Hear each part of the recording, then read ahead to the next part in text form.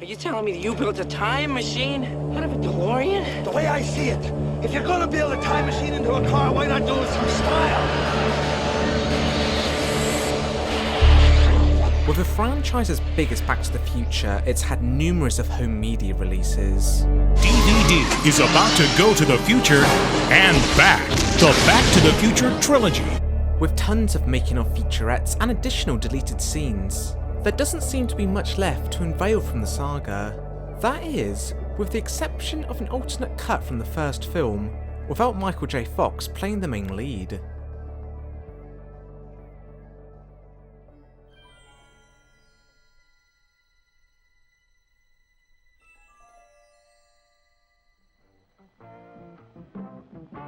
The idea for Back to the Future originated from Bob Gale, where during the summer of '86 he paid his parents a visit, where after a while of searching around his parents' cellar, he found his dad's high school yearbook, and found out that he attended the same high school as he did, and that his dad was actually president of his graduating class.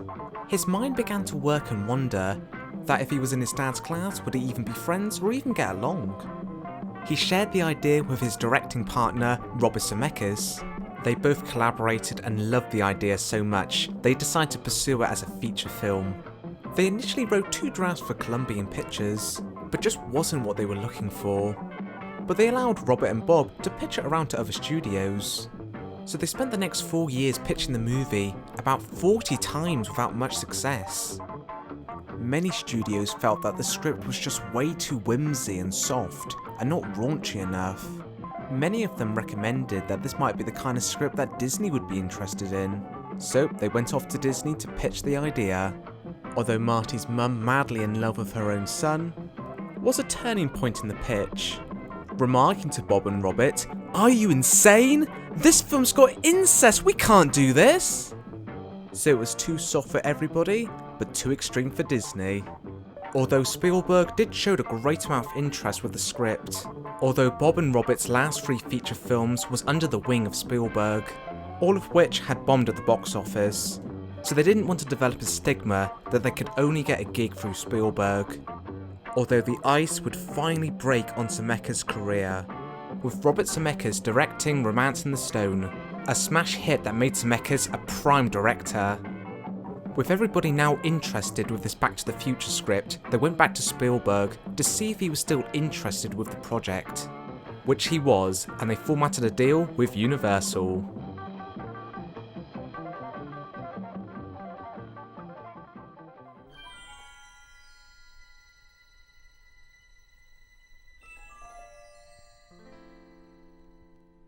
Their initial choice for Marty was Michael J. Fox, but because of his commitment to the sitcom Family Ties, he couldn't participate for Back to the Future.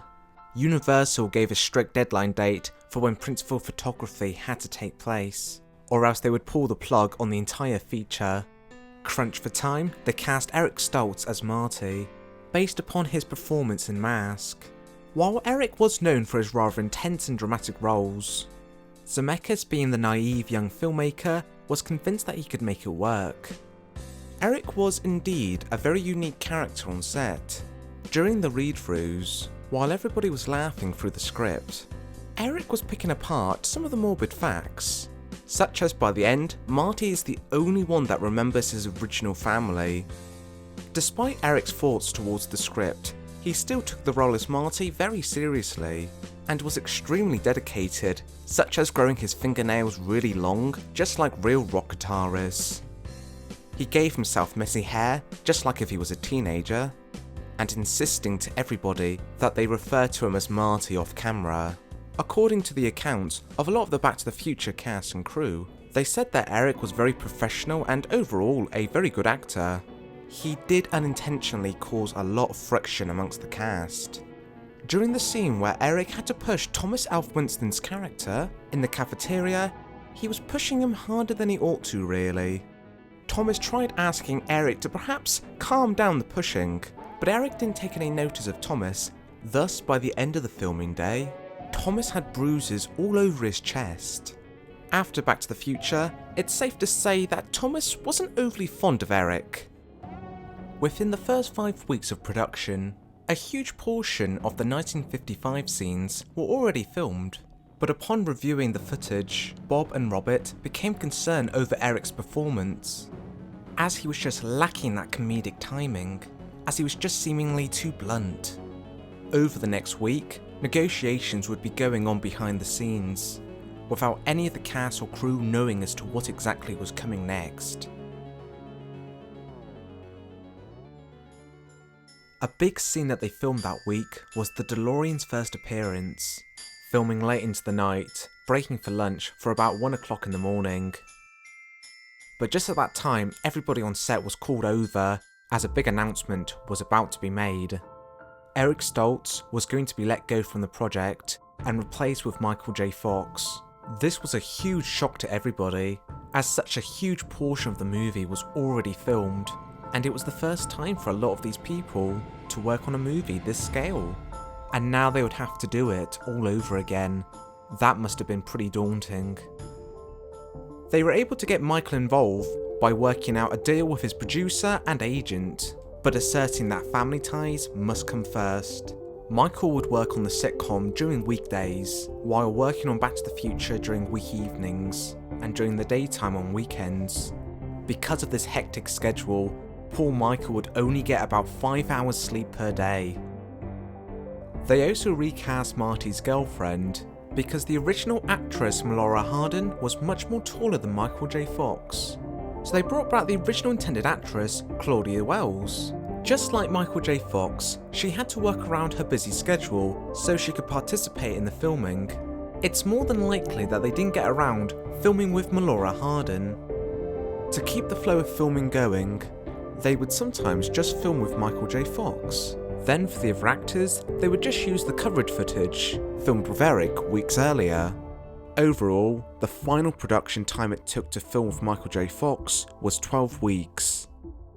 But despite all the scenes being refilmed with Fox, there is still one shot left in the final cut that has Eric Stoltz.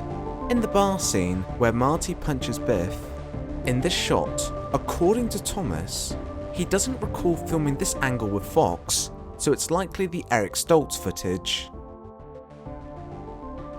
Of course, as we all know, Back to the Future was a massive hit. It spawned 2 sequels, a cartoon series, a Universal ride, video games, and well, that's just naming a few really.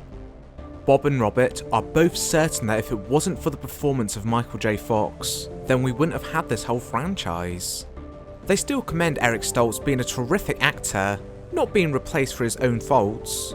He just wasn't the right choice for Marty, and it rarely happens that main leads are recast during filming.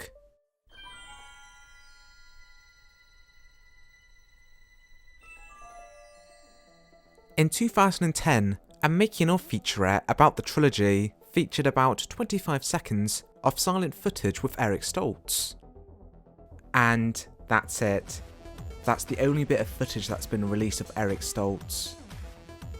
Although in the intrigue of more footage being released, Bob Gale usually states in his interviews that they did have an opportunity to eradicate the footage of Eric Stoltz. However, he knew that if Back to the Future was a success, then it might be a good idea to spare the footage for a future anniversary release. Bob still assures to fans that the whole footage will be released someday. Eric Stoltz has rarely ever talked about his involvement with the franchise, and he's largely distanced himself from the whole ordeal. But from an interview from Movie Hole, he had this to say, I quote, "You know, it was 20-something years ago, and I rarely look back, if at all. But in retrospect, I think just getting through that difficult period helped me realise how freeing it really was. I went back to acting school, I moved to Europe, I did some plays in New York, and I actually invested in, myself in a way that was much more healthier for me. If I had become a massive star, I don't know if I would have had to gone into therapy. On the other hand, I would have been exceedingly rich, which would have been wonderful." End quote.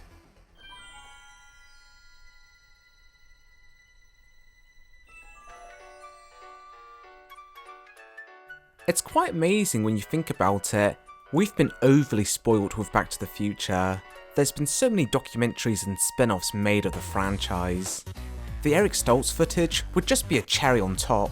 Taking that cherry away, and you've still got something that you're pretty content with. With the amount of content out there, there's really no rush to get it out there. And Eric seems to be pretty content with his life. He went on to other roles, he became a director, so it's not like that the footage needs to get out there just to show off his acting chops. He's been able to stand separately to show his worth. And of course, we haven't got a completed movie here. We've maybe got, like half an hour or 45 minutes of decent stuff? It would just be a fun curiosity to see, really. And since Back to the Future is so big, we're probably going to see the footage maybe in the next 5 or 10 years to come. I think we can hold on until then. We just got to be a little bit patient. When they do finally release the footage, I think they should interview Eric.